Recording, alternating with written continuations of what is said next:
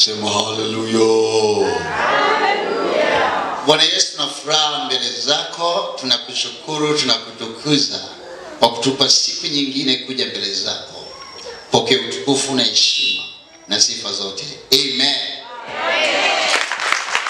Jipongeze kwa kufika mwenzangu. Sasa mimi sio msemaji, lakini mimi na ujumbe, mimi mjumbe apigwa kisilio. Sasa ngoja niongee na Watanzania wanaotazama na wewe ulioko hapa jambo fulani na safisha. Tunajua sasa nimetumwa tu kusafisha alafu watu wafanikiwe, si ndio jamani? Basi tu kaa kwenye kiti chako cha enzi, lakini usikalie masikio yako, usikalie mdomo wako, usikalie macho yako, usikalie pua lako. Oh, haleluya. Hebu mpongeze mwenzako, mwambie unapendeza. Jamani, Biblia si mnayo? Mnasomaga? Mnasomaga? Naomba nyinyi mkasome wenyewe. Mimi sio msemaji. Mimi sio mhubiri. Mimi sio mfundishaji. Mimi na ujumbe tu nimeuleta. Bwana Yesu asifiwe. Tanzania, nisikilizeni vizuri. Na nyinyi wajumbe wa Yesu Kristo nisikilizeni vizuri. Sawa jamani? Amina. Kuna mafundisho ya Nikolai na mafundisho ya Balaam ambao wameuza nafsi zao kwa shetani kupinga Yesu Kristo, lakini wanajiita ni wa Yesu Kristo. Wangapi mnasikia vizuri hapo?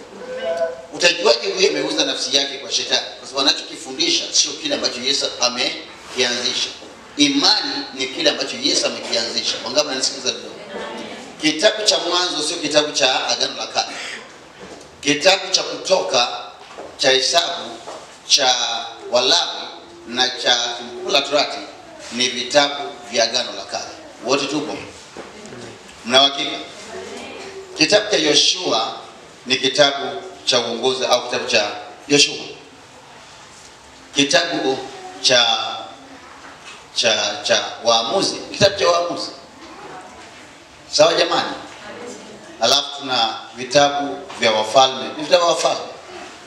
Alafu na vitabu vya manabii kama Isaya, Ezekiel, Yeremia na Nahum. Hao ni manabii. Kwa hiyo kuna manabii. Alafu kuna kitabu cha Zaburi, ni kitabu cha Zaburi. Wangapi mnanisikiza hapo? Kitabu cha Mathayo. Kitabu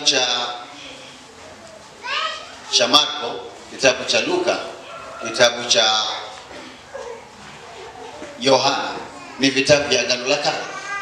Naongea na mtu wako. Ndio nimesema nimekuja kufuta kitu. Ni vitabu vya Agano vya nini? Vya Kale. Yesu alipokuwa katika mwili huu aliishi katika Agano la Kale.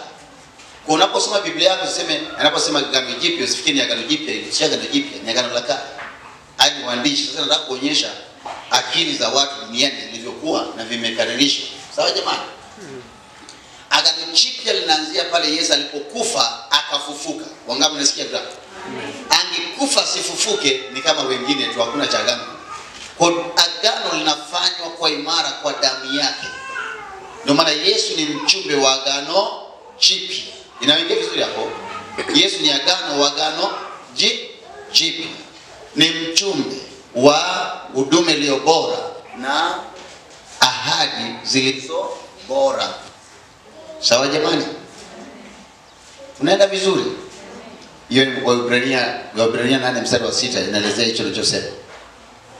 Sasa ila agano liwe na nguvu, lazima yule mwenye wa kufanya agano lazima afe. Maana anakufa nini? Kwa sababu kuna urithi. Urithi ili warithi waweze kuwa nao, lazima yule aliyeweka urithi lazima afe kwanza. Sawa jamani? Sasa Yesu alipokufa, damu yake ile aliyomwaga ndio damu ya agano. Kumbuka Agano la Kale lilianza wakati wa Musa kunyunyiza damu. Hata kusoma Biblia au Torati ilikuwa ni wanyunyize nini? Damu. Na vitu vyote vilikuwa vinatakaswa kwa damu ya mabeberu, damu ya ng'ombe, damu ya kondoo. Ndio kinachukuliwa inanyunyiziwa kwenye vitu na watu, na kitabu ndio kitabu kinakuwa takatifu. Inaingia vizuri hapo? Sasa damu ya Yesu Kristo iliponyunyizwa, ilipomwagika, ndio imekuwa sababu ya msamaha wa dhambi zetu na ukombozi wetu. Inaeleka vizuri hapo? Hapo ndipo Agano Jipya linapoanzia. Kwa Yesu alipofufuka ndio Agano Jipya linaanzia. hapo. Alipokufa akafufuka. Hapo ndio agano jipya limeanzia. Sio pale unaposoma Mathayo, si Mariam akabeba, hiyo ni agano la kale. Ndio maana litairiwa na kutairiwa. Wangapi mnasikia vile hapo? Ubatizo wa Yohana ulikuwa kwa ajili ya kutafuta Yesu. Maana Yohana alikuwa na ubatizo wa pekee wa kudumbukiza watu kwenye maji mengi ili aweze kumpata Yesu. Ilikuwa kwa ajili ya kugeuza mioyo ya watu wageuke toba. Tunaposema toba, sema toba. Sio kile mnasema nisame. No, hiyo ni kuomba rehema. Toba maana yake nikienda hivi natakiwa nigeuke hivi. Kwa hivyo siangalie tena huku, maana yake ni kugeuka. Kwa alikuwa anageuza mioyo ya watu itoke kwenye Torati ya Musa ije imwangalie Yesu. Ndio maana katika Yohana 1:17 anasema Torati imekuja kwa mkono wa nani? Wa Musa, lakini neema na kweli imekuja kwa njia ya Yesu Kristo. Ingia vile hapo. Kwa hiyo saa ya ubatizo Yohana na Yesu wakawa wanalumbana kidogo. Yohana akataka batizwe yeye. Yesu akamwambia fanya kutimiza haki yote. Wangapi mnasikia hapo? Wakati Yohana kabla hajambatiza Yesu akasema kuna mtu anakuja nyuma yangu. Huyo sistahili kugusa kiatu chake wala kamba ya kiatu chake kwa sababu ni mkuu sana. Na huyo atawabatiza kwa moto na kwa roho. Mimi nawabatiza kwa maji. Ukisoma tena Yohana anasema hivi, inabidi mimi ni shuke yeye aendelee. Kwa hiyo Yohana akamaliza kazi yake, ndio maana akafungwa. Na Yesu akaanzisha utumishi wake wakati Yohana yuko hai. Ilibidi Yohana akamatwe kwanza kwa sababu Yohana ni wazo la zamani. Huwezi kufanya kazi na wazo jipya, wazo la zamani bado linatembea holela holela. Naongea na mtu hapa. Sasa leo watu wameshika mabatizo kuliko kushika ubatizo wa Yesu Kristo wa Roho Mtakatifu. Hata Paulo alipobadilishwa akaambiwa nena, akaenda kwa Juda, kwa mtu mmoja anaitwa Yuda. Alafu Ananias akaoteshwa ndoto. Bwana akamtokea akamwambia nenda kwa mtu mmoja anaitwa Yuda, utapata mtu anaitwa Sauli, ukamwekee mkono kwa sababu ni kipofu. Ananias akasema Bwana, yule mtu amefanya moja mbili, akamwambia atalitumikia mimi, nenda. Kwa hivyo alipoenda akamkuta Sauli ambaye sasa ni ndugu yangu Paulo mtume, hajawahi kula kwa siku 3 alipopigwa upofu wakati ule amekutana na Yesu. Bwana Yesu asifiwe. Ndipo Anania akamwekea mkono. Alipomwekea mkono magamba yalitoka, alikuwa jela siku 3. Maana yake aliwekwa kwenye mfungo wa kipekee. Ndipo akapokea na Roho Mtakatifu akabatizwa kwa jina la Bwana. Inaingia vizuri hapo? Inaingia vizuri kweli? Fuatilia, Paulo hakubatiza mtu yote kwa maji, yeye ni kubatiza kwa jina la Bwana. Maana hilo ndio agizo la Bwana. Na naongea naye. Sasa kuna kitu ambacho najua kwa sababu ya mpinga Kristo aliyeko. Uwepo wa mpinga Kristo na wapinga Kristo inachochea kuzuka kwa manabii wa uongo. Manabii wa uongo wanazuka kutoka wapi? Kutoka chini. Wangapi mnasikia vizuri hapo? Wangapi mnanisikiliza? Mpinga Kristo hawezi kuzungumzia kuhusu Kristo Yesu. Wewe niweke hili sawa vizuri. Kwa sababu kuna watu wamewaambia hivi, siji Papa, siji Roma ndio wapinga Kristo. Huo ni uongo mwingine. Sinaingia vile hapo. Inaingia vizuri. Mpinga Kristo ni mtu ambaye anakataa Yesu Kristo sio mwana wa Mungu aliye hai, ambaye ni Islam. Wangapi mnasikia hapo? Nabii wa uongo ndio huyo sasa. Mnaita Roma. Sawa jamani? Kwa sababu mpinga Kristo yeye anauza vitu, anasema majini, anasema mapepo ni mazuri. Wangapi mnasikia hapo? Ataenda kufanya uganga, uchawi, kila kitu cha shetani. Alafu watu bado watamwamini ni Yesu. Ni Mungu. Wangapi mnasikia? Hiyo naendelea kusema hapo. Ataua kwa ajili ya Mungu wake. Amba Mungu sio muuaji. Mungu anataka tuwe na uzima kisha tunao tena. Sasa kuna hiki ambacho tunatakiwa tukielewe kabisa. Nimesema ni mimi mjumbe. Sasa kuna vitu vinavyofanyika. Kuna mafuta, kuna nini wanauza. Wangapi mnasikiliza hapo? Na wanafanya ibada vyao kwa kutumia hivyo vitu. Hivyo vitu nataka msikilize. Shetani ana kitu chochote anachokifanya, ana copy na kupaste kile cha Mungu. Inaingia vizuri hapo? Kwa sababu hiyo sasa manabii wa uongo pia huibuka kwa jina la Yesu. Na wana dhehebu zao kubwa zilianza miaka mingi. Nao wanafanya vitu. Ukiuliza hiki kitu kimetoka wapi, unachokiita hiki sijui nini, mbona hakipo kwenye Biblia? Mtagombana, akuelezei lakini wanauza. Unangapa nasikia hapo. Watauza vitu mbalimbali vya upako, lakini hakuna atakayenyosha kidole kwao. Hao ndio wanaitwa manabii wa uongo, kwa sababu wanachokifundisha sio kile Yesu amekiacha, lakini wanaita jina la nani? La Yesu. Sasa hiyo pia husababisha Makristo. Kuna tofauti ya manabii na Makristo. Hiyo husababisha Makristo wa uongo sasa waibuke wengi. Makristo hao huibuka kama manabii. Wangapi mnasikia? Sasa hao pia huchukua mafuta ya upako wanauza. Wangapi mnasikia hapo? Wanasema sasa unataka mafuta ya upako njoo tukuuzie. Wangapi mnasikia hapo? Kitu kitakatifu kiuzwe na kinunuliwi. Nangana nisikilize vizuri. Mna hakika mnanisikiliza? Sasa nataka kwenda sehemu fulani. Mtu mmoja alitaka kununua Roho Mtakatifu. Anaitwa mchawi Simoni, sio Petro. Mchawi Simoni ndiye alikuwa papa wa kwanza. Wangapi mnanisikia? Matendo ya Mitume 8 mstari wa 9 mpaka 25. Huyu alipoona injili imehubiriwa na mtu mmoja anaitwa Filipo, ambaye sio miongoni wa mitume lakini ni mwinjilisti aliyechaguliwa kusimamia chakula pamoja na kina Stefano. Wangapi mnanisikiliza vile hapo? Alipohubiri habari njema kwa Samaria, ambapo huyu mchawi aliroga watu mpaka watu wakasema huyu ni nguvu ya Mungu, ni Mungu mwenyewe. Sawa jamani? Sasa ilipofika mahali watu wakamwamini huyu Filipo, alipokuja na habari njema, watu waliokoka. Sema watu waliokoka. Furaha ikawepo. Uchawi unapokuwepo watu hawana furaha. Wangapi mnanisikiliza? Kwa sababu wanafuata utaratibu fulani, vitu ambavyo vipo kwenye neno la Kristo. Naye akajifanya sasa ameokoka na ambatana na nani? Na Filipo. Lakini mitume waliposikia wa Samaria wameokoka, walibidi waache wakina Petro kuwekea watu, wabatize watu kwa jina la Yesu ili wapokee kipawa cha Roho Mtakatifu. Inaingia vizuri hapo? Sasa walipofika wakaanza kuwekea watu mikono, watu wakawa wanadondoka.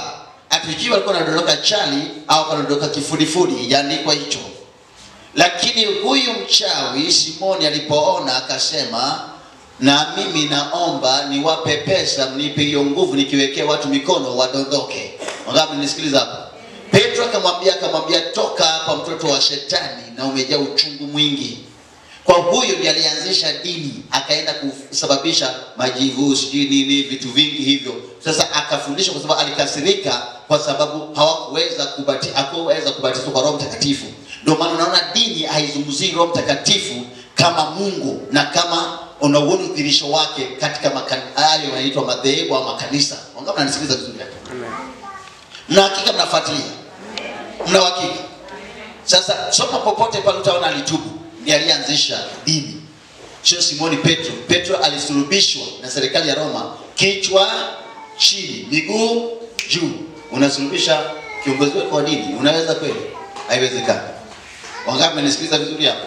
Sasa kuna hiki kitu ambacho Bwana ametupa kama silaha, lakini shetani amenua watu wanaoita tena jina la Yesu, wanakitumia isivyo, na watu wengine wakaibuka wakasema hicho kitu hakitumikaki.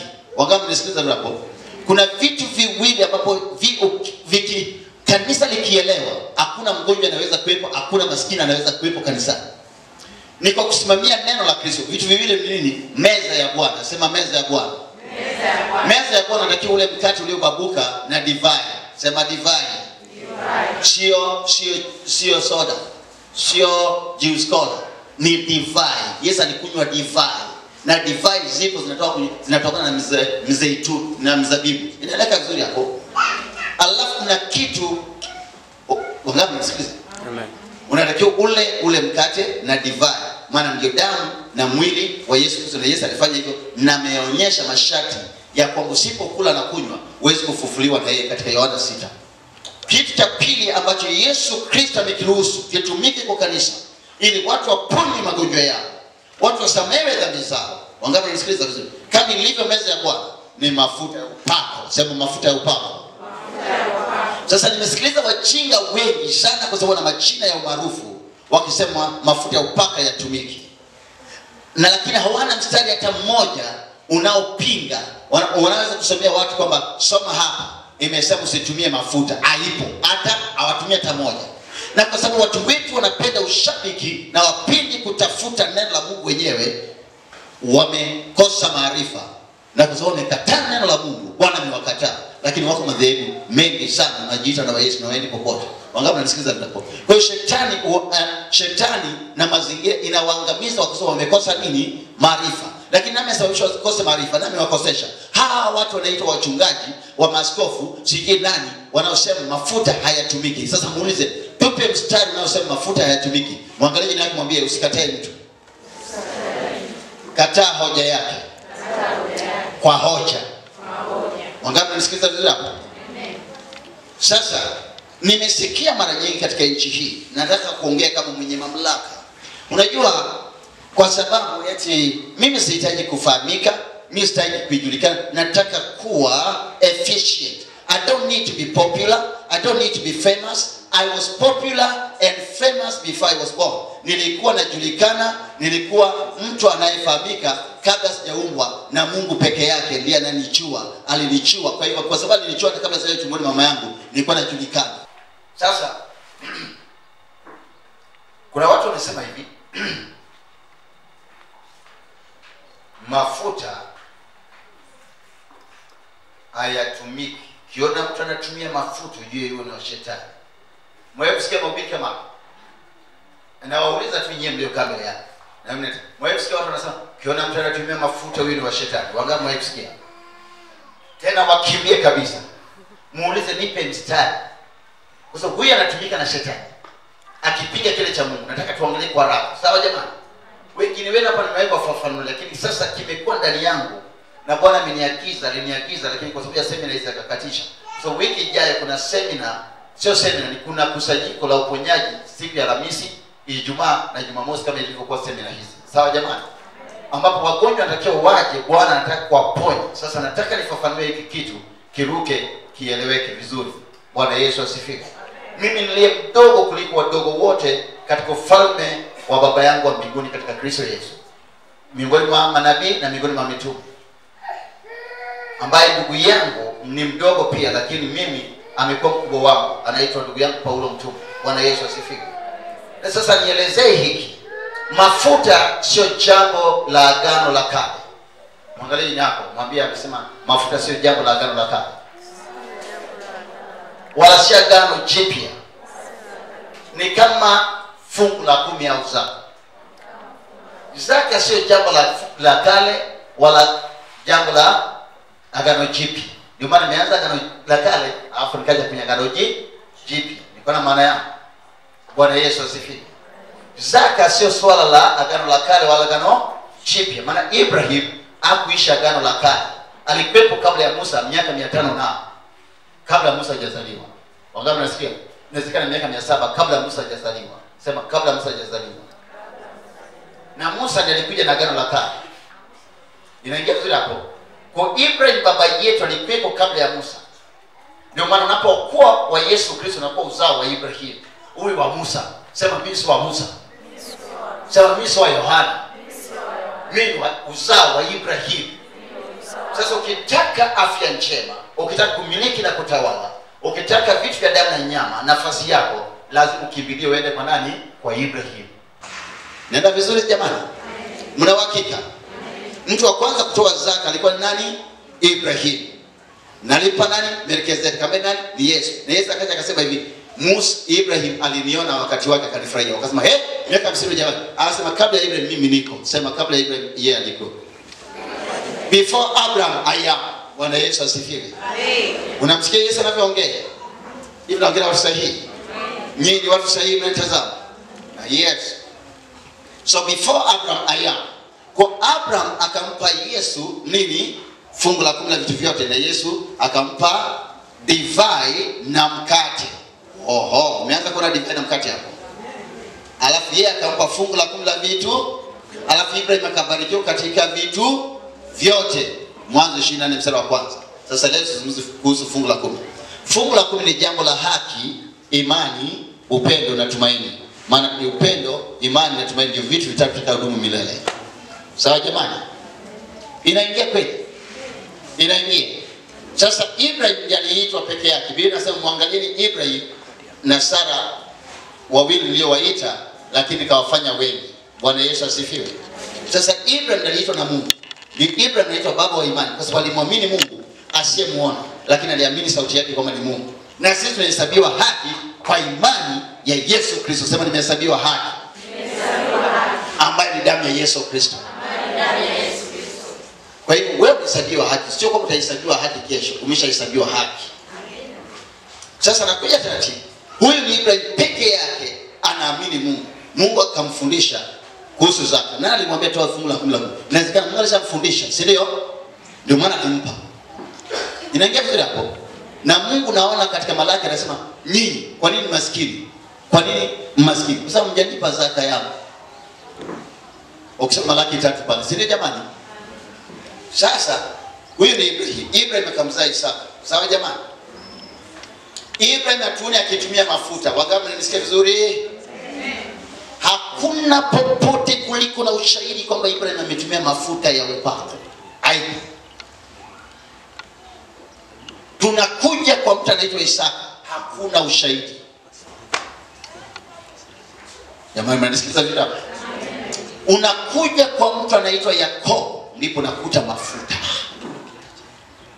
Yakobo anakimbia pacha wake anaitwa Esau. Akafika sehemu akalala ile sehemu. Usiku kafika anakimbia. Kakake asije akamuua kwa sababu alichukua baraka. Kaka yake alishamuuzia baraka, lakini kaka yake akawa mwizi tena, ndaya kuchukua baraka alishauza. Kwa hiyo Yakobo kuiba chochote. Bwana Yesu asifiwe. Alikuwa anatimiza unabii. Sasa wakati akiwa amelala kama wewe unavyolala, akaota ndoto. Ile ndoto aliota anaona ngazi imetoka chini. Sema imetoka chini. Alafu imeenda mbinguni. Maana yake uhusiano wa wanadamu sasa unaenda mbinguni. Alafu kuna malaika wanapanda na kushuka wakati huo. Yakobo akashtuka kwenye usingizi. Akasema ali hapa panatisha kama nini? Yamkini lango la Bwana liko hapa. Inaingia vile hapo. Alafu akasema mtapaita Bethel. Maana yake nyumba ya Mungu. Sema nyumba ya Mungu. Hapa kwa Yakobo alipolala ndipo Yesu alilala. Kwa hiyo Waisraeli kwa sababu ya dhambi zao wakageuza jina, wakasema Bethlehem. Isiwe nyumba ya Mungu. Iwe nyumba ya Mungu yenye mkate. Bwana Yesu asifiwe. Na Yesu akaja akasema mimi ndio mkate wa uzima. Inaingia vizuri? Okay. Sasa akiwa amelala hapa, ameshaamka. Anatuambia mto wake, yani kila alichoegemea kichwa chake. Sawa jamani? Lilikuwa ni jiwe. Kwa Yakobo akachukua lile jiwe akalisimamisha yeye kama ngazi. Yaani kajiwe kadogo. Naongea na mtu hapa anataka kumiliki kiwanja, anataka kumiliki kitu pale na pale na pale na pale na pale.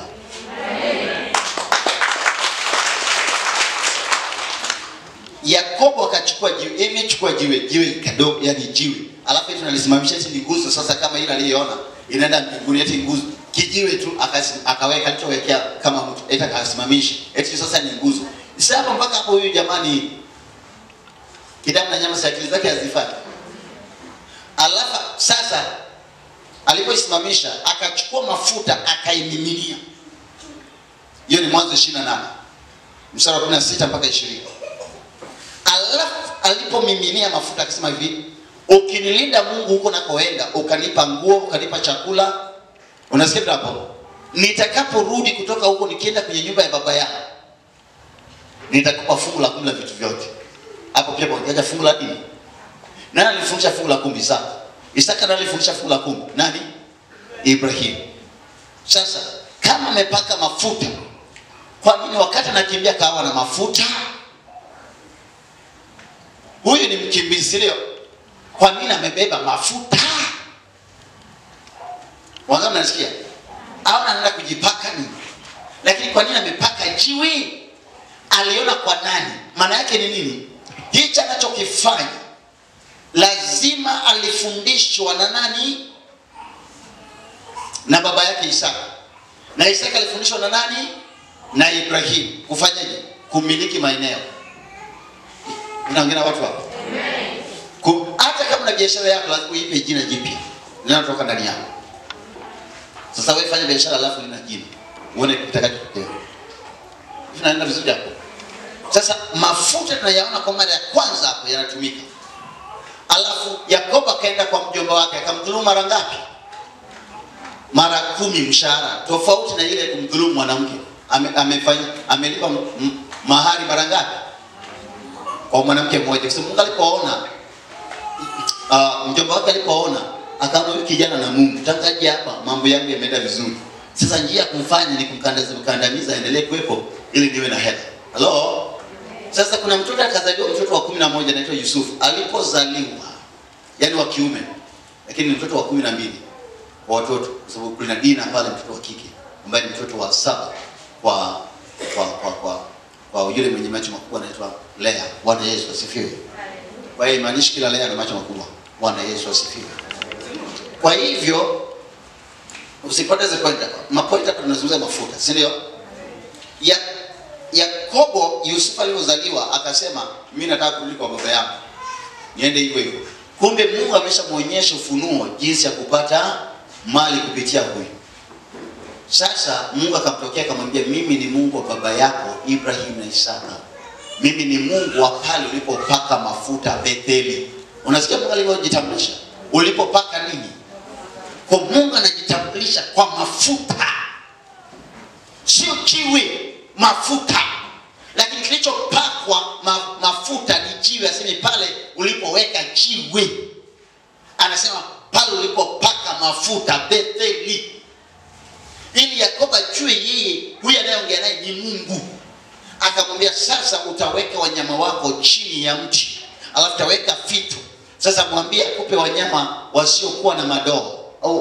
Mwambie mshahara wako ni wanyama wenye madoa. Kwa hivyo wakati anamwambia baba mke wake ambaye ni mjomba, nataka kwenda kurudi kwa baba yangu. Mtaji unaenda. Akasema sema mshahara wako. Akasema nimesema mshahara wangu wakati wote hujanipa mshahara. Mimi nataka kwenda. Sema tu mshahara wako nitakwambia. Akasema nataka wanyama wote wenye madoa. Asema hilo tu wewe. Baba mkwe alichukua wanyama wote wenye madoa akaondoka nao. Akaacha wanyama wasiokuwa na madoa. Kumbe ameshapata ufunuo. Kuna mtu anapata ufunuo kwa mafuta. Biashara yako utafanya kwa sababu una ufunuo.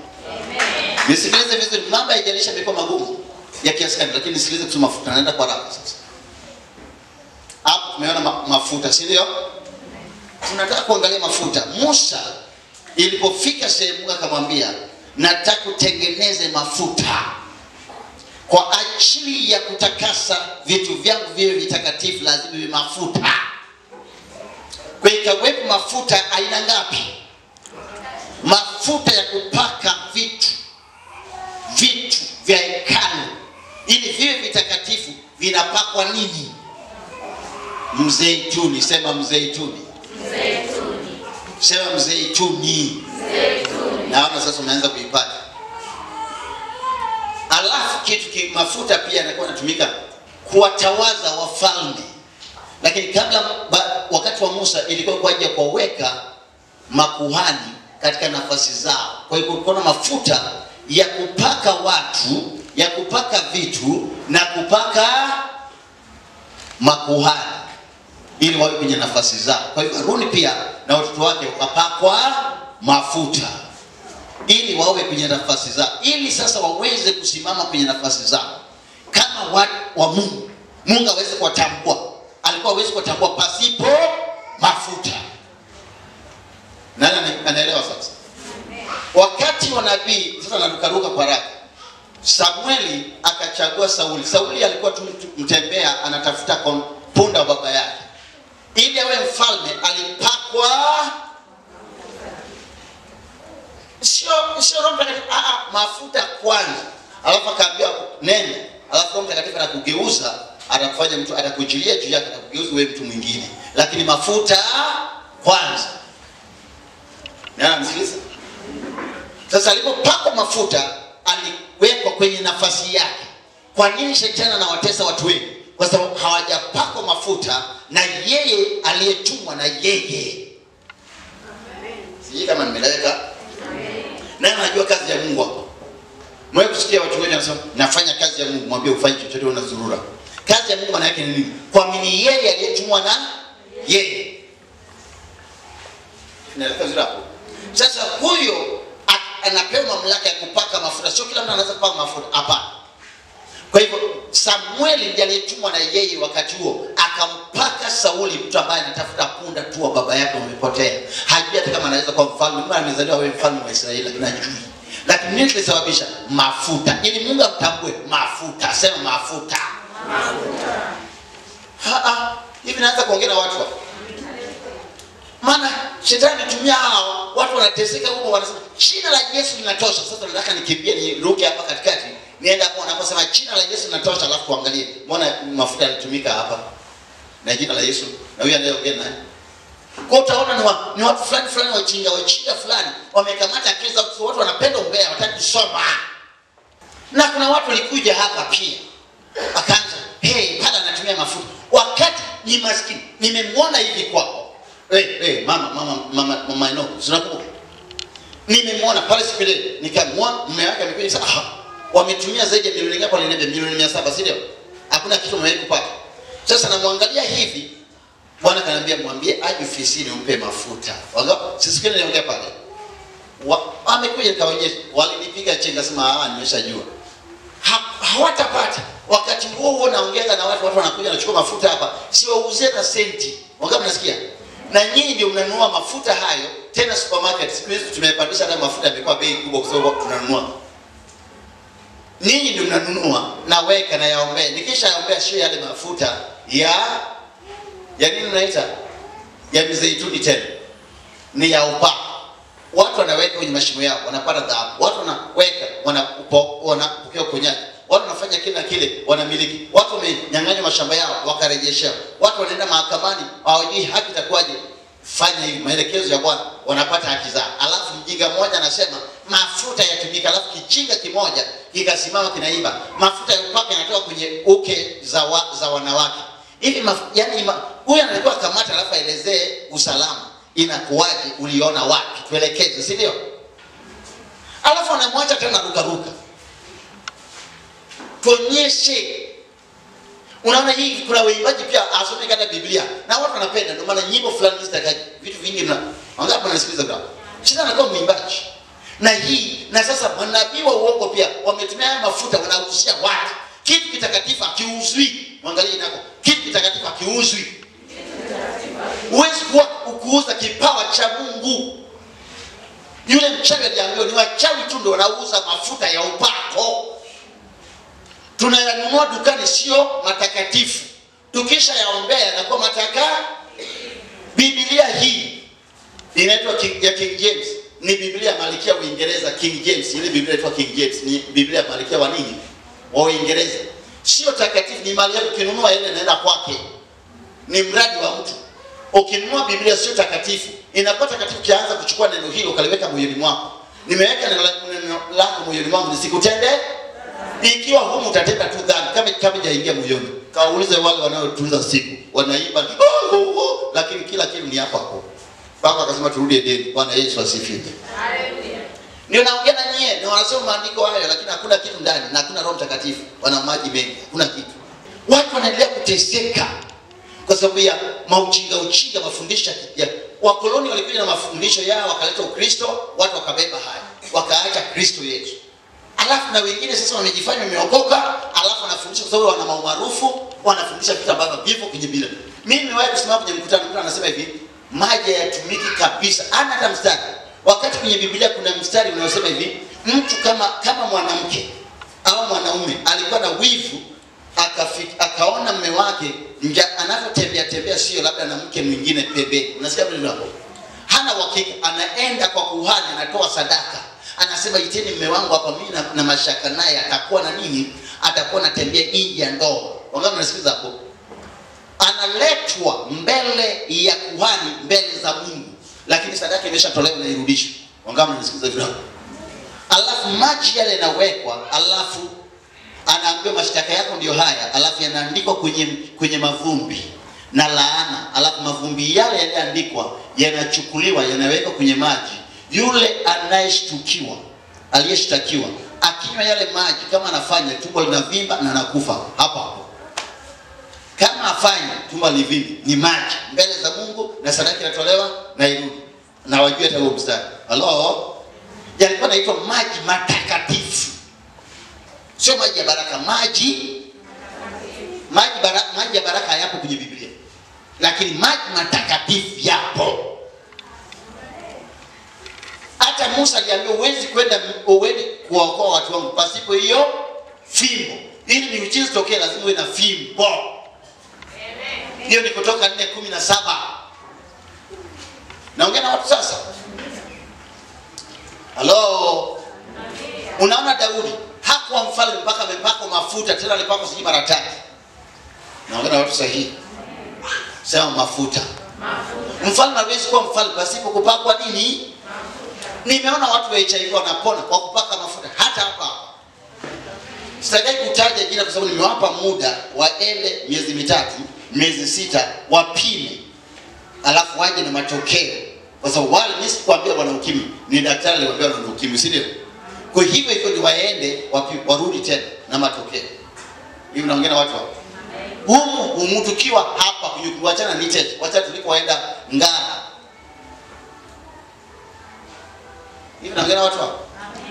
Hapa tumeona mtoto amekaa tumboni miaka mingapi? Wengine zaidi na wakapona. Wakazaa, si wamezaa. Hivi naongea na watu sahihi. Twende taratibu. Naruka sasa. Isaya nabii, huyu ni nabii. Shama nabii. Nabii anasema hivi katika Isaya 10:28. So 27:28, Isaya 10:27-28.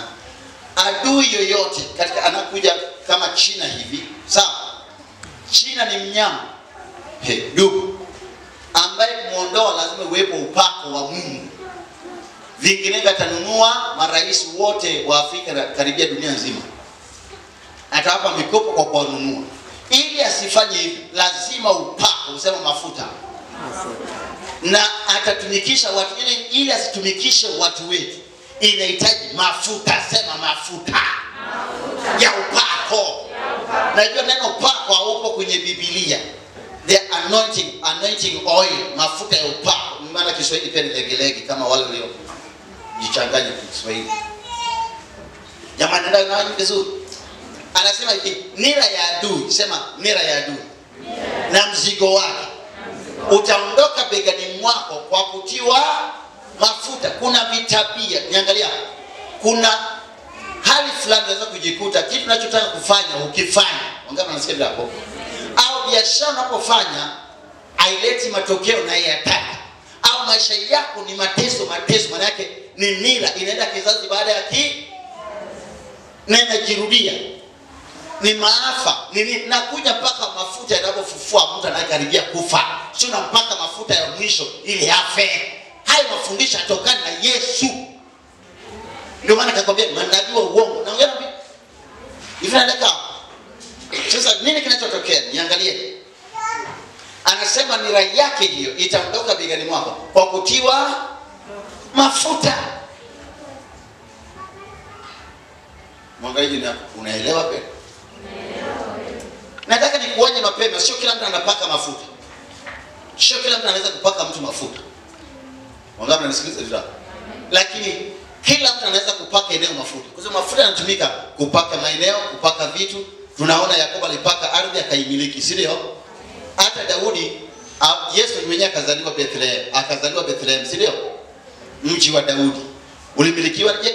Kwa mafuta. Na madhabahu. Hivi naongea na watu hapa. Kwa huwezi kuzungumzia mafuta nje ya fungu la 10. Huwezi kuzungumzia nini? Meza ya Bwana utenganisha na fungu la 10. Na fungu la 10 linahusu nini? Kutajirisha, si ndio? Kukarikisha kwa baraka zako. Alafu anasema nitasimama kwa niaba yenu kukemea yeye alaye, yeye aribuye, yeye akutisha. Yesu akasema nimekuja wewe na uzima kisha wewe nao. Unaona lengo ni lile lile. Alafu shetani anakuja na mafundisho ya kwao.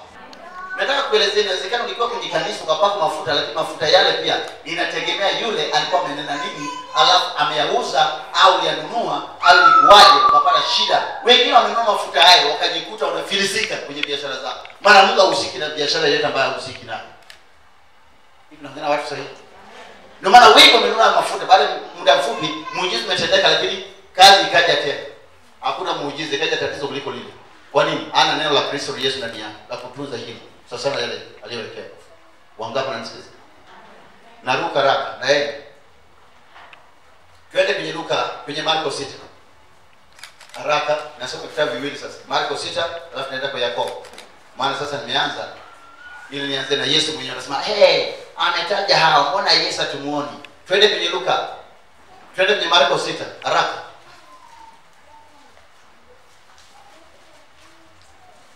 Umeshafika kwenye hiyo? Niangalie sasa. Napata shida katika nchi kwa sababu watu wanapenda kuombewa kuliko kujifunza. Na Yesu ametuma hivi, twende kuwafundisha yote tuliyoagizwa, mkayashike, maana hayo yatakupa kujua kwenda kuweka huru. Lakini watu wanapenda maombezi sana. So watu ni wavivu sana. Mwangalie ni yako. Ukimwendea nabii atapigia maisha yako, wewe ni mvivu sana.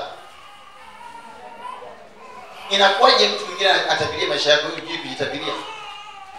Na nyinyi nyote mzao wa manabii. Sikiliza, mimi nikija kusema na wewe, sio wewe unakuja kuniambia. Mimi naambiwa na Mungu kuja kutabiria. Hakuna shaka kwambia nitabiri. Hiyo nenda kwa tabiria tabi. Siwezi kufanya hivyo. Kwa sababu haitokani na neno la Kristo. Wangapi mnasikiliza vizuri? Sina muda wa kushika akili ya mtu hapo. Nataka uelewe uweze kujisimamia. Niangalie mimi hapa. Mwambie huyu jamaa ana mbingu ya kukupeleka. Ila Yesu ana mbingu ya kukupeleka. Sasa wewe ni mbinguni leo. Mwambie wewe ni mbinguni leo. Na ukitaka kwenda mbinguni njia shortcut ni kifo. Na Yesu hajaje ufe.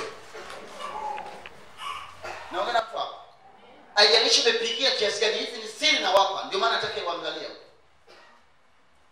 Marko 6, Yesu ameenda Nazareti kwao. Amerudi kwao tangu atoke kule. Tangu alipotoka Nazareth. Wangapi nasikia? Wakati ule jamaa mmoja alikamatwa. Anaitwa Yohana. Akahubiri kule. Alafu baadaye wakataka kumpiga na mawe akatoroka. Akarudi Galilaya. Sasa anarudi kwa mara ya kwanza Nazareti. Alafu anaenda nyumbani kwao. Alafu akaenda na shauku kubwa kwamba anaenda kuwatajirisha watu wa kwao.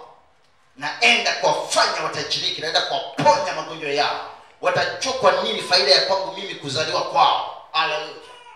Akaenda kichwa hivyo ndivyo ilivyo, lakini matokeo yake yakawa tofauti. Yesu akafika Nazareti.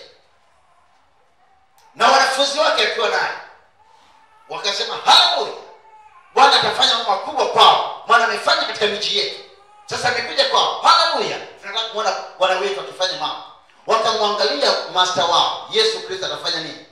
Yesu aliposimama mbele zao akifundisha kama wachungaji wao, sio kama wakuhani wao. Alifundisha kama mtu mwenye mamlaka, anayejua anachokisema, kwa sababu anachokisema ndio yeye, na hicho ndicho yeye, na matokeo ndio yeye. Kwa hivyo yeye ndio yeye, na anachokisema ndio yeye, ana uhakika na yeye, na anasema yeye, maana yeye ndiye kweli, yeye ndiye njia, yeye ndiye uzima. Kwa hivyo anachokisema ni uzima, anachokisema ni kweli, anachokisema ni malizia mwenyewe.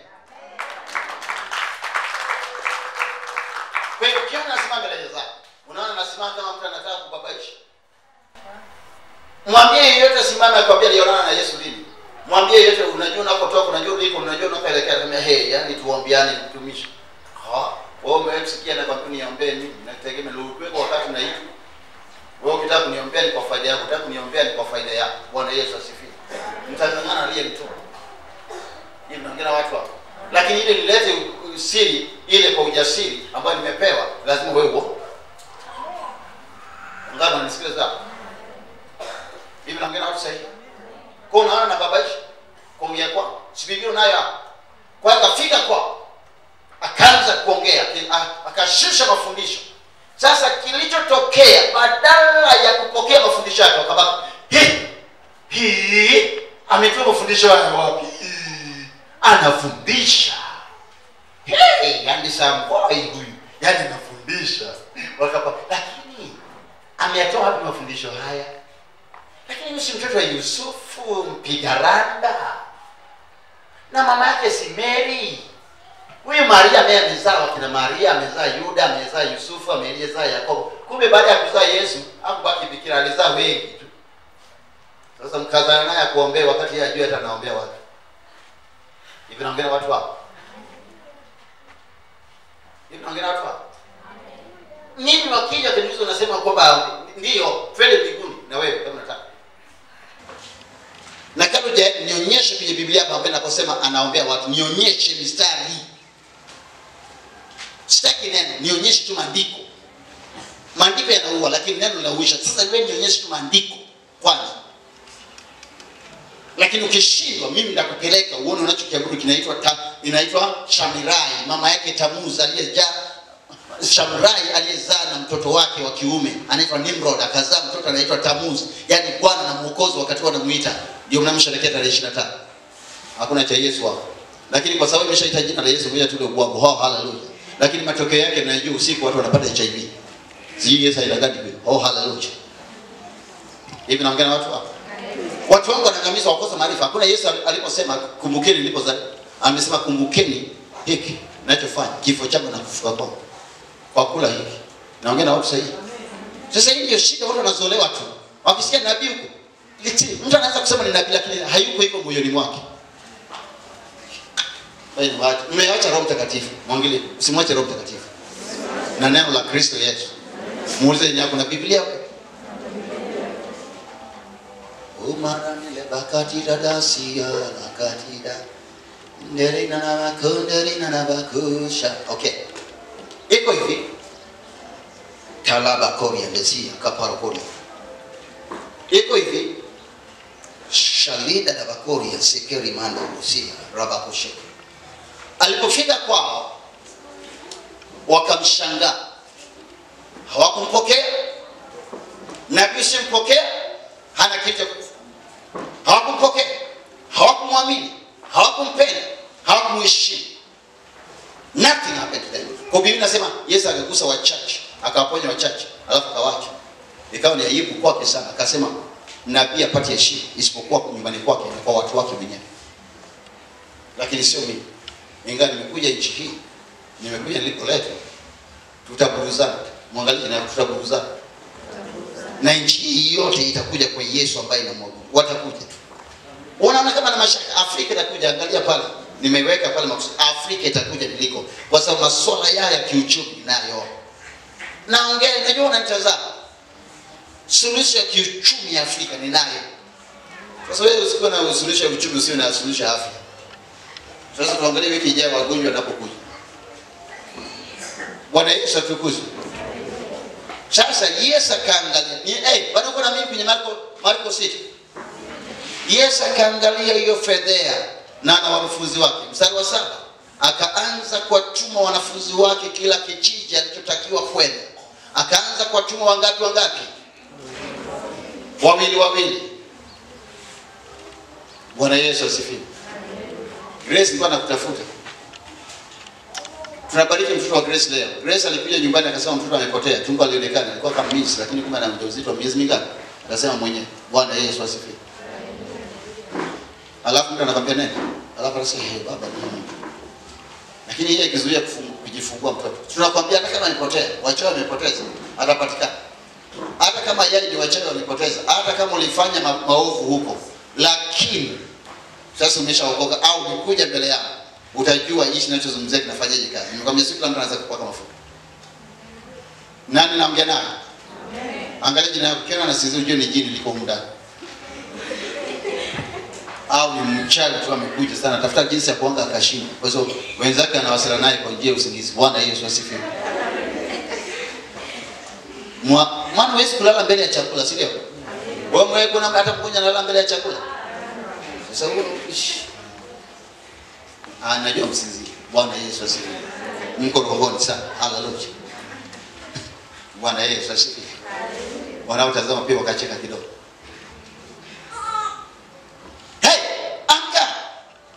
Tutaitumia kwenye biashara ya mafuta, tunatumia kila eneo. Ngoja nitakwambia, unafikiri nitatangaza wakati na kuita. Hii ni bandu tunapoelekea. Huwezi kuwa na baki hivyo bwana, haiwezekani. Amen. Sasa nitakufundisha jinsi ninavyoingia.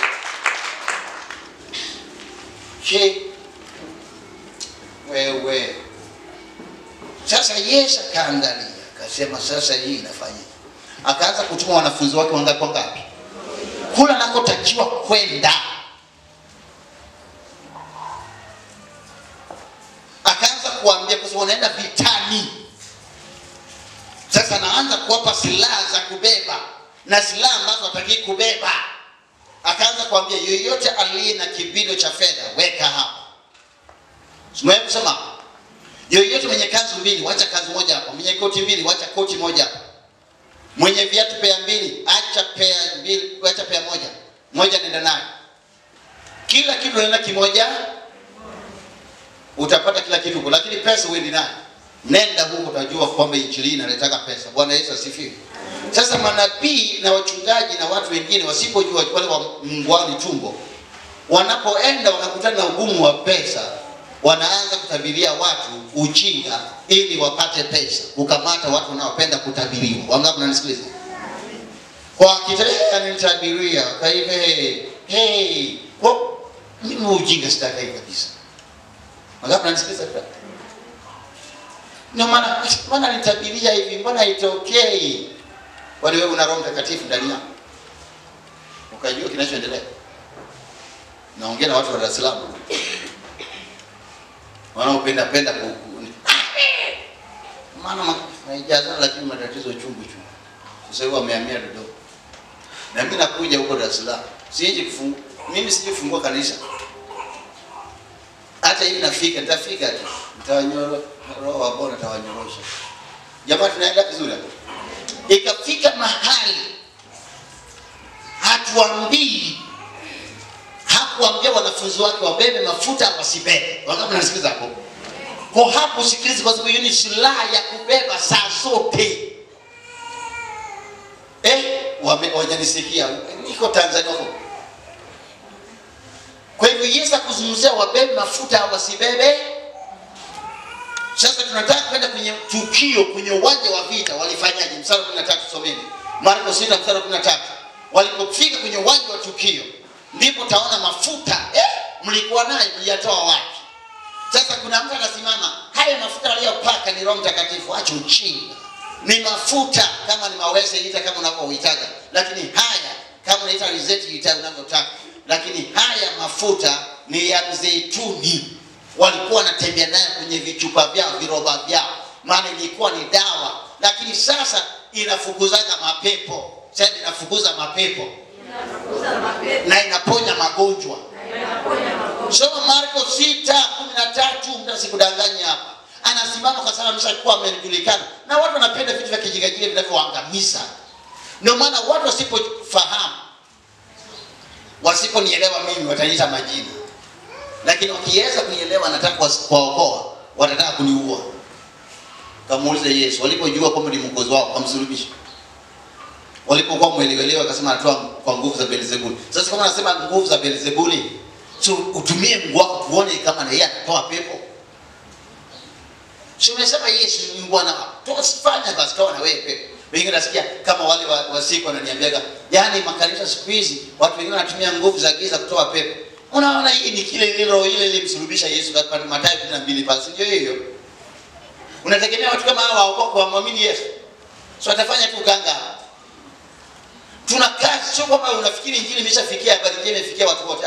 Ni mapokeo ya dini yamefika kila sehemu. Na wana nguvu wanaenda. Alafu unaanza kwenda mbinguni tu. Alafu Yesu amekupa mbinu. Sasa tusome hapo, nisomeni wenyewe. Au nisome na mimi huko. Soma kwa sauti kwanza. Wakatoa pepo wawili, si ndio?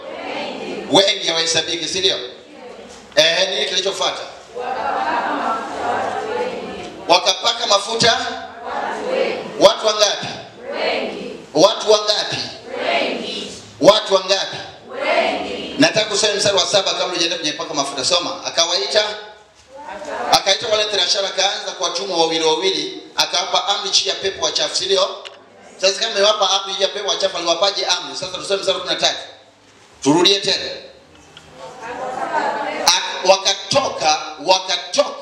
wakahubiri kwamba watu watubu, kutubu kwanza, ndio?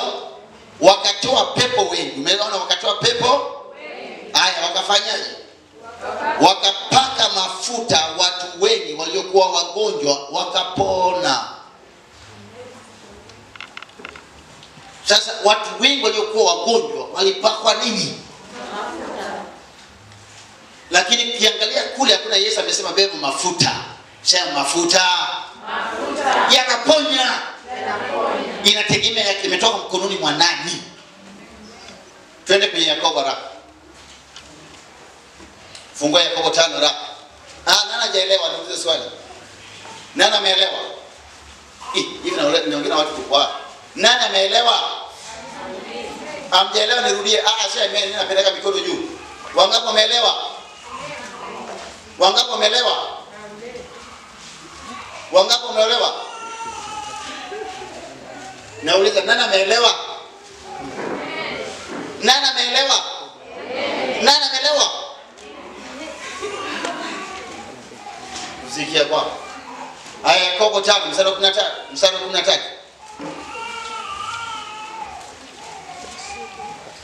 Mstari wa 13, twende haraka. Okay. Niangalieni. Yakobo ni nani huyu ninamzungumzia? Kwa sababu Yakobo ndugu yake Yohana ambaye ameandika Ufunuo na kitabu cha waraka za Yohana na kitabu cha Yohana, mwana wa Zebedayo, alikuwa ameshachinjwa na Herode katika Matendo ya Mitume 12 pale. Utaona alichinjwa na Herode. Bwana Yesu asifiwe. Na alipochinja Herode alimkamata na Petro akajua kana kuchinja. Sasa huyu Yakobo namzungumzia, huyu ni Yakobo ambaye alizaliwa na Mariamu aliyemzaa Yesu pia. Mwangalie unasikia? Ni ndugu yake Yesu wa kunyonya. Na kitabu cha Yuda, yule Yuda ni yule ndugu yake Yesu wa kunyonya. Inaeleka vizuri hapo? Hivi naeleka na watu hapo. Sasa Yakobo huyu kama mzee wa kanisa ambaye alimwamini kaka yake wa kuzaliwa tena ni bwana wake. Ni mtu alikuwa angalia sura ya mtu. Aliweka misingi sasa na kaka yake alipomwachia ya kanisa. Kwa hivyo anaelezea siri za kufanikiwa kwa watakatifu. Ndio maana unaposoma kitabu cha Yakobo anakuambia jitiishe chini ya mkono wa udani wa Mungu. Ana maneno magumu kama mzee, anakuelekeza na kushauri na kuonya na kukaripia, alafu anakufundisha. Kwa hivyo ukifuata mashauri hayo lazima ufanikiwe. Kwa hivyo akafika mahali akaongea na kanisa akaambia, na waachie mashauri haya. Mtu wa kwenu amepatikana na mabaya. Niangalieni hapa sasa. Biblia yake inasemaje? Yakobo 5:13. Sijui kama umesoma hiyo. Mtu wa kwenu amepatikana nini? Maana yake Yakobo aongei na watu wa duniani wajaokoka wakafiri, aongei nao makafiri. Yakobo anaongea na watu waliookoka, walio wa Yesu Kristo.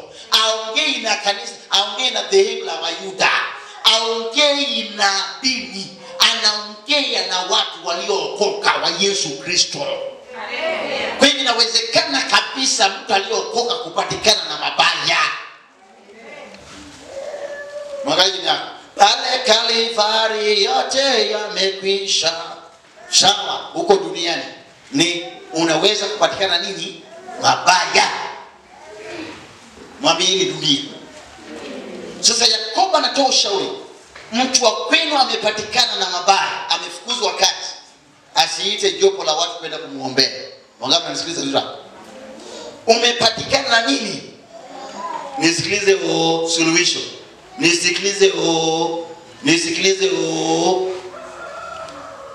ni wakwetu, maana aliyookoka. Kwa mtu aliyookoka anaweza kupatikana nini? Na mabaya. Kwa anasema mtu wa kwenu amepatikana na mabaya. Maana anaelezea wasije wakafanya kama wale wasiookoka. Anaelezea njia kufanya utoke kwenye mabaya ndio hii. Wafanye. Anasemaje? Sasa anapoomba nini kinachotokea? Maana yake anapata nini? Majibu. Mwangalie na nikipatikana mabaya nitaombaga. Aombaye sasa usianze kuomba rehema. Anza kuomba hivi. Kinyume cha kile kibaya ndio tunachoomba. Maana Mungu ana kibaya, ana kizuri kinyume cha hicho. Sasa baba nipe hii. Umepoteza kazi, baba nimepoteza kazi, sasa nipe kazi ya kwako. Hivi naongea tu hapa. Iliyo bora kuliko ile ya kwanza. Maliza maombi kwa jina la Yesu. Kalala. Kafanya shughuli zako, umeshaomba. Usianze baba nini? Amesema na kaomba. Hivi naongea mtu hapa. Kaombe. Umepatikana mabaya, ufanye jifunge na ufunge sirio. Akafanyaje? Kaombe. Amesema umepatikana mabaya, imba zaburi. Amesema hivi. Kaombe. Tunaelewa jamani? Haya, anasema hivi, kinachofuata. Mtu wa kwenu ana moyo wa kuchangamka. Soma Biblia yako. Imeandikwa hivi. Ana moyo wa kufanyaje? Yaani siku hiyo umeamka tunasikia tu wimbe, yaani unasikia furaha tu. Anasema imba zaburi. Siku hiyo anza tu kuimba. Yaani wewe unaimba tu. Wa milele ni Bwana Yesu asifiwe. Haleluya. Inaingia vizuri ya. Imba zaburi. Usianze kusema sasa moyo wa kuchangamka. Imba ndio upenyo wako. Ndio majibu yako utakayopata. Usianze kusema ngoja niombe. Amesema imba siku hiyo. Hata kama mliambiwa siku hiyo nenda mkafanye mkaombe, sio? Achana na maombi hayo. Wewe anza kufanyaje? Kuimba. Hivi naeleka vizuri. Katika kuimba kwako, kama Roho Mtakatifu anataka atakuombea na aombea na yale ya kule. Inawezekana katika kuimba hiko ndio kutasababisha nini? Kila kitu kiwe inaingia vizuri hapa. Jamani, inaingia. Haya, twende hii ya baba yao. Baba lao. Mstari wa 10 ngapi? 4. Na mtu wa kwenu amekuwa hawezi. Amekuwa hawezi. Yaani huyo kitandani kuisha habari hainuki. Yaani hapo mnasema huyu anaenda. Sawa jamani? Inaingia vizuri hapo. Umeshakata na tamaa. Anafanyaje? Kuisha habari. Mnamnywesha uji, inatoka mpaka amewekea na kitobo. Sawa jamani? Mtu wa kwenu hawezi afanye biashara hii aiende. Hivi naongea mtu hapa. Anaombewa kila ombi, hakuna kinachotokea. Yaani hakuna. Mtu wa kwenu kama ni mwanaume, sungura ameruka mpaka ameenda shimoni, hawezi. Kama ni mwanamke, hawezi kubeba mimba, wametoa nini? Kizazi au kile mfereji ule umeziba au kuna uvimbe. Mtu wa kwenu hawezi. Ana kansa, hawezi tena. Ana mauti katika mwili wake, hawezi. Wangapi naongea nao? Hiyo mna hakika mnanisikiliza kweli? Hawezi. Mwangalie jina, wewe kipi huwezi? Yaani huwezi. Sasa aite wakina nani? Soma Biblia yako bwana. Aite wazee. Aite nani? Wa nini? Sasa wazee wa kanisa sio wale wanaochaguliwa kwa kura. Maana wengine wanakuwa wachawi na wanajampia madhabahu. Bwana Yesu asifiwe. Wanaitwa wazee wa kanisa lakini wanaroga watu mle kanisani. Wanakutishia wewe tutakutenga. Ndio hapo mambo ya kutengana yakaanza. Mpaka Nzengu pia wakaanza kuchagua watu wachawi pia wanarogana. Hiyo yaani usipoungana na Nzengu tutakuona, tutakutenga, maana yake watakuroga ili wakutenge. Lakini tajiri hajawahi kutenga. Hivi naongea na watu hapa. Okay, ni kanda hii ndio zika Nzengu. Nenda Dar es Salaam utasikia vitu vya ajabu hivi. Nzengu anakuja kukuchangia eti wanaenda kukuzika kwa sababu wanaenda kuchimba kaburi. Wanachanga hela yao 1000 au 2000 wanahakisha wanaipikia hiyo. Kama kuna ziada wale wajuji watajua anachukua. Lakini Nzengu hawezi kuchagua. Kama amechagua mwenyekiti, wanachagua na mkatibu, umweka kazi. Watatu pamoja wao lazima wewe. Ndio nawaambia. Hello? Na wataka kulazimisha. Ukisikia kanisa eti wanatenga watu, ujue kuna shida huko. Hello, hivi nasikia hapo. Hata mimi hapa sikutengi, nikisha kuona ukoje na kuwekea tu alama. Na kufanyaje? Na kukwepa. Imeandikwa tukukwepe, tusikutenge, tunakukwepa. Na kuwekea alama kwanza ya bomoa, anasema hivi nikikuwa na kukwepa. Hivi naeleka vizuri hapo. Ilo ukifanya kosa kwa dhambi zako ukakimbia uso wa Mungu ukajificha nyumbani, nitakuja kukurejesha kwa roho ya upo. Mpendwa, unajua mwenye dhambi mwenye haki akianguka na mara 7 Bwana umuinua. Inuka sasa mpendwa, Bwana anakupenda, nataka kugusumua. Alafu naleta basamu sasa zile mimi mwenye kila nataka kukumbatie. Sasa inuka kidogo, umwambie tunisamee Bwana. Nisamee, machozi pale. Lia kabisa. Alafu twende kanisani, kisha nianza kwenda kanisani. Usiangalie watu wanasema nini, wanakuangaliaje. Unaanza haleluya. Unajua yuko kutoa sasa, unampenda kuliko watu wote, unaenda kushuhudia na wengine. Haleluya. Lakini sasa hawa wazee wa kanisa wanaoambiwa katika Kristo Yesu unapookoka, anasema mtoto mdogo. Ukisoma kitabu waraka wa Yohana anasema watoto wachanga, si ndio? Kwa hiyo kuna watoto wachanga, alafu tuna watoto, alafu tuna vijana, alafu tuna wababa, wa mama, wangapi mnasikia hapo? Alafu tuna wazee, alafu tuna rafiki. Ndio cheo. Hivyo ni viwango. Mtoto akizaliwa sana anakuwa.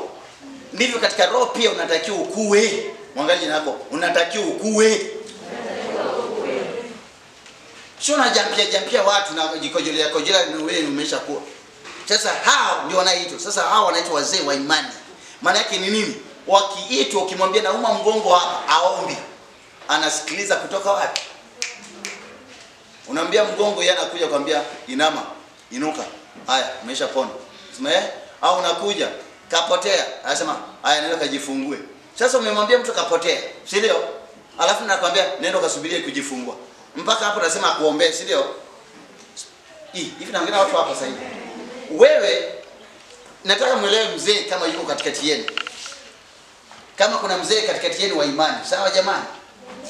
Unakuja, mtoto kapotea, anakuambia nenda ukajiandae kujifungua.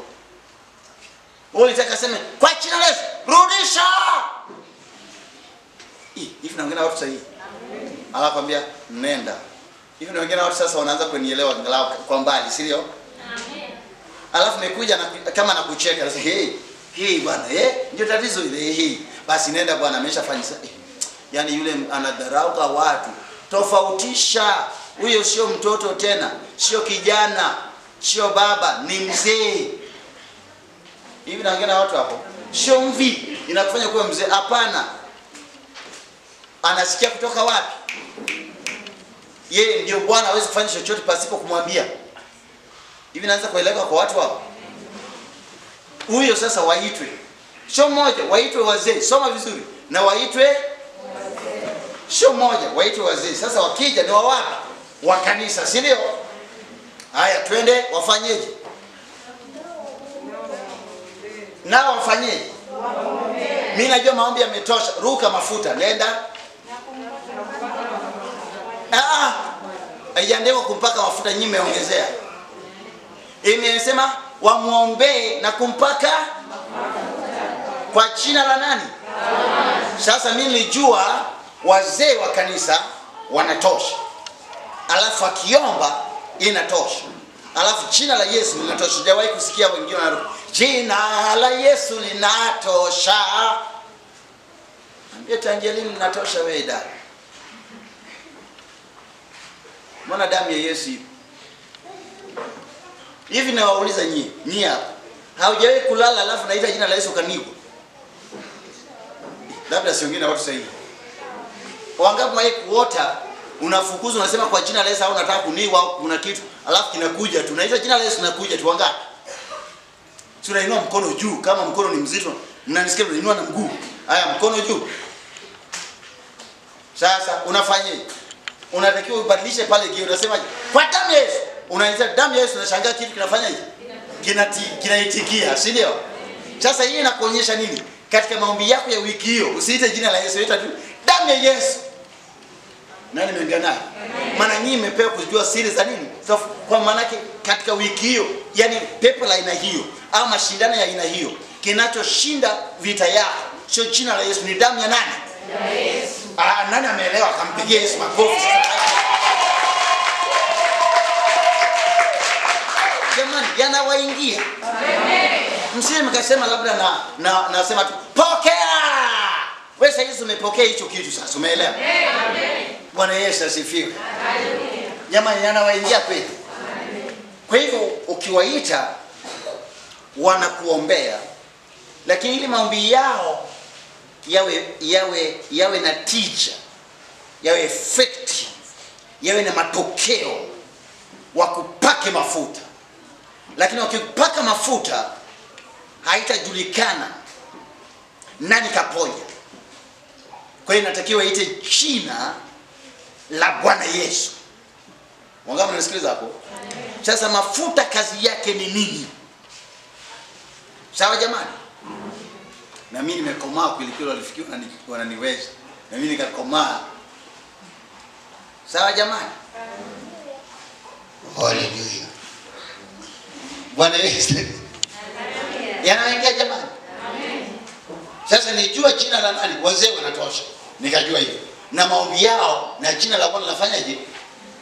Sasa waulizeni hao wanaosema mafuta haya. Mafuta yanayopakwa ni mafuta ya damu na nyama hivi. Kama Musa alivyokuwa na fimbo. Kwa sababu fimbo ya Musa ilikuwa ni ya roho. Hata fimbo ya Haruni iliyoota matawi ile bado imehifadhiwa hadi leo kwenye sanduku la agano Israeli. Inaangalia watu hao. Sasa anasema wachukue mafuta wampake kwa jina la nani? La Bwana Yesu. Ijulikane Yesu, jina la Yesu limetumika.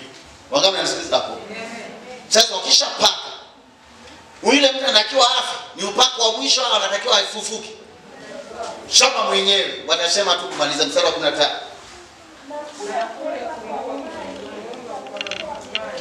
Amesemaje? Na kule kuomba kwa imani. Na kule kuomba kwa imani kutamwokoa mgonjwa. Tulia kidogo. Kuomba kwa imani vipi? Alivyosikia ndivyo anavyotamka. Kama umewahi kuweko hapa umegundua tunatamkaga vile tunavyosikia. Jamani, hapo umeona nimeandika sehemu nasoma. Simeambia nimekuja mimi mjumbe. Elewa sasa. Sasa tunavyosikia ndivyo tunavyoombaga. Kama wewe hata jana wanawake wewe. Uliona sasa zina kana tunataka kusikiliza. Nikisikia nakwambia amesema tuombe hivi, tunaomba vile. Sasa ukishaomba vile inaletaga hicho tulichoomba kimetokea. Sasa shida mnatakiwa mchochezi mfanyeje? Hivyo hivi imetokea. Amen. Imeeleka vizuri. Sasa kule kuomba kwao kwa imani, maana wameshaomba. Wameombaje? Vile walivyosikia ndivyo walivyoomba, wakakutia mafuta kwa jina la nani? Sio kama sasa baada ya haya wanaenda kuomba tena. Sasa Baba mponye tena. Sasa zile wanakupaka mafuta, cha kwanza wanaomba. Maana maombi hayo ndio mafuta yatafuata na jina la Bwana litafuata. Hivi naweka vizuri hapo. Kwa cha kwanza wanaomba na maombi hayo yanaingia kwenye mafuta na maombi hayo yanaingia kwenye nini? Kwenye jina. Sasa maombi hayo wanaomba wamesikia wapi? Juu kwa Baba. Sasa wanapokuombea wanakupaka mafuta, alafu wanaita jina la Yesu Kristo, alafu katika kuomba hivyo inafanyeje? Mgonjwa anakufa au upako wa mwisho au vipi? Twende. Kutamwokoa mgonjwa. Twende. Wamemwombea rehema? Hapana. Na Bwana atamuinua. Nani atamuinua sasa? Bwana. Kumbe ni kazi ya Bwana kumuinua, si ndio? Unataka kujua mafuta, yani maombi yale yanamuokoa mgonjwa. Sikiliza, maombi kazi yake ni kumuokoa nani? Mgonjwa. Alafu Bwana kazi yake ni kufanyaje? Kumuinua. Imani, maombi ya imani kazi yake ni kufanyaje? Kumuokoa mgonjwa. Si ndio jamani? Alafu kazi ya Bwana ni kufanyaje? Kumuinua. Sasa Bwana, kumbuka Bwana tangulia. Hivi hebu watu watatu waje hapa. Hivi nielezee kitu hiki kiingie vizuri. Mbele. Haya njoo hapa nyuma. Okay. Sasa jamani, haya hapa maombi ya imani. Mgonjwa huyo hapa. Huyo hapa maombi ya nini? Yanamfanyaje? Mmesha sawa. Maombi ya imani yanafanyaje yule mgonjwa? Yanamfanyaje? Kuna Mungu hapa katikati yao. Yanamuokoa yule mgonjwa. Si ndio? Sasa huyu akishaokoa, huyu anafanyaje? Sio huyu inua. huyu anatakiwa inue. Huyu ndio Bwana, si ndio? Kwa sababu amesema aite wazee wamuombee kwa kumpaka mafuta kwa jina la Bwana linakuja mwisho. Sasa hapa naanza kusema maombi yale yanafanyaje? Maombi ya imani yanafanyaje? Yanamuokoa nani? Na adui kule. Yanamuokoa. Sawa? Alafu Bwana anamfanyaje? Sasa Bwana hawezi kumuinua, maana Bwana anapomuinua maana yake anatakiwa sasa afanye kitu alikuwa hawezi kufanya. Sasa ili Bwana muinue, kuna kitu ambacho kipo kati ya Bwana na maombi ya imani. Kuna mafuta, si ndio? Inaingia hapo. Sasa pia kuna kitu ambacho maombi haya yanafanyaje? Yanamuokoa. Maana yake kuna kitu kimemkandamiza hapa. Kitu kimemkandamiza hapa. Alafu kuna kitu hapa, alafu kuna kukaa chini. Imeeleka hapo. Sasa hiki kitatujui. Twende. Bwana je, mnanisomea. Twende. Na Bwana atamuinua. Hata ikiwa amefanya dhambi atasamehewa. Okay. Sasa nini kinasababisha msamaha? Sasa unafikiri maombi au ni Bwana kumuinua?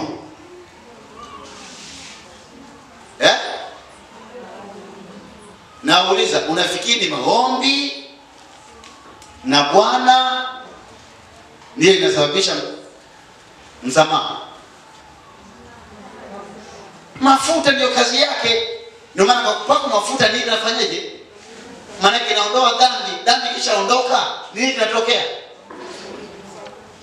Nani amepaka mafuta? Unaonekanaje? Si mzuri. Hata kama hujaoga ukaweka na mafuta utaonekana kama umeoga. Amen. Lakini wewe unajua hii hapa nimebuku. Kwa hiyo mafuta kazi yake ni kusababisha msamaha. Wangapi mnisikiza hapo? Sasa kisha samehewa, Bwana anafanyaje? Anasikia yale maombi, alafu amesamehe na kuinua. Kwa mafuta na kazi yake afi. Kwa hivyo tupaki mafuta mtu afe. Kwa nini wengine wanapaka mafuta afi? Kwa sababu sio neno la Bwana, wasikia sauti ya Bwana, wanasema mafuta ya mwisho. Kwa sababu watu wasomaji Biblia, wangapi mnanisikiliza? Lakini hawajawahi kushambulia hayo mafuta yanayoua watu. Sisi tunapaka watu mafuta yanayowainua. Ngoja mpigie Yesu makofi. Manabii wa uongo wanapaka mafuta watu kwa ajili ya kufa. Ingevira. Lakini sisi wa kweli tunapaka watu mafuta kwa ajili ya kufanyaje? Sasa mmeelewa jamani? Kwa hivyo hatuachi, lazima tusikilize. Ndio maana hapa tuwapaki mafuta kila siku. Lazima tusikilize kutoka kwa nani? Kwa hivyo tunaomba ile tuliyosikia kwa Bwana, kwa jina la Bwana. Kisha tunapaka mafuta kwa jina la Bwana. Inaingia hapo. Bila jina la Yesu umepakwa tu mafuta ungai. Hakuna kitatokea. Akitaja jina la Yesu ni yale mafuta. Oho, haijalishi tatizo lolote itaondoka tu. Amen. Imeeleka leo. Amen. Kwa hivyo siku nyingine tafundisha kwa undani na undani na undani. Barikiwe sana, Mungu awabariki sana. Jamani, imeeleweka? Sasa yale nitakayowafundisha jinsi ya kutumia mafuta hatutaonyesha kwenye TV. Wangapi mnasikiliza? Amen. Sasa nataka msikilize. Amesema watoto wachanga wapake mafuta. Amesema watoto waende wakapake mafuta. Vijana wakienda wakapake mafuta. Kumbuka Biblia inasema hivi, wazee wataona maono. Anapozungumzia wazee anazungumzia hawa wataota ndoto. Ndiye anazungumzia vijana wataona maono. Kwa hivyo kuna vijana kiroho. Wangapi mnasikiliza? Sio damu na nyama. Mungu anapoongea ni roho, anaongea mambo ya kiroho. Sasa wale wa damu na nyama hawaelewaki. Kwa hiyo mnachukua wachungaji wanazungumzia kuhusu mafuta ni mabaya, ni watu ambao ni wa mwilini, ni wa shetani. Hawataki watu wafunguliwe. Sasa nakuja kufundisha mafuta yanatumikaje, mtoto ajue hana akili darasani, inakuaje, inafanyaje, biashara zake haziendi, sio na mikosi kazini, sio amekufukuza, sio umefanyaje, ili rudi mafuta haya hayo kwenye neno la Kristo Yesu. Amen. Kama ilivyo meza ya Bwana. Piga kelele za shangwe na haleluya. Hata Waisraeli wafanye chochote kubariki mtoto bila kumpaka mafuta wapi? Mdomoni na asali. kumlisha na maziwa. Mama ngapi? Ndio maana Mungu akasema nchi na mafuta na asali na nini. Mafuta na kazi yake sio kupikia tu, sio kunawa tu. Jamani, nimeelewa kweli? Mna uhakika umeelewa? Hamtadanganya. Na yeye hamtadanganya. Kitu ambacho Bwana hataki ununue hayo mafuta. Kwamba ni ya upako, nimenunua mafuta ya upako naenda kutumia. Hiyo haitokani na Bwana. Hivi naendelea vizuri hapo. Paulo vitambaa vimetumika kwenye Biblia. Lakini Paulo hakuchukua vitambaa akawapa watu vya upako nipeni hela. Watu ndio walichukua vitambaa leso wakamgusa navyo wakaenda kugusa watu. Nimeharibu chakula cha watu.